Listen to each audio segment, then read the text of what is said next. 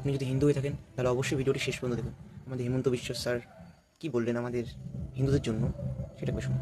पश्चिम बंगाल या असम में या तो हम जिंदा रहेगा या तो बांग्लादेशी मुसलमान लोग जिंदा रहेगा। दोनों एक साथ जिंदा हो ही नहीं सकता है, दोनों एक साथ जिंदा नहीं रह सकता है। कहां से लोग आ जाता है। आप लोग देखिए बॉर्डर खुला है, इधर से गाय जाता है, उधर से आदमी आते हैं। यही है ना, इधर से वो अभिषेक बनर्जी गाय का तस्करी भेजता है, यहां से गाय जाते हैं और उधर से नया नया आदमी आते हैं। अगर इतना बांग्लादेशी आएगा हम लोग कैसे जिंदा रहेगा। ये पूरा बांग्लादेशी मुसलमान लोग असम और बंगाल को खा जाएगा। 20 साल का बाद यहां में कोई हिंदू जीते नहीं सकेगा। ভিডিওটি দেখে আপনারা কি শিখলেন? এখনও কি আপনারা চান যে বাংলায় টিএমসি বা অন্যান্য পার্টিগুলো থাকুক?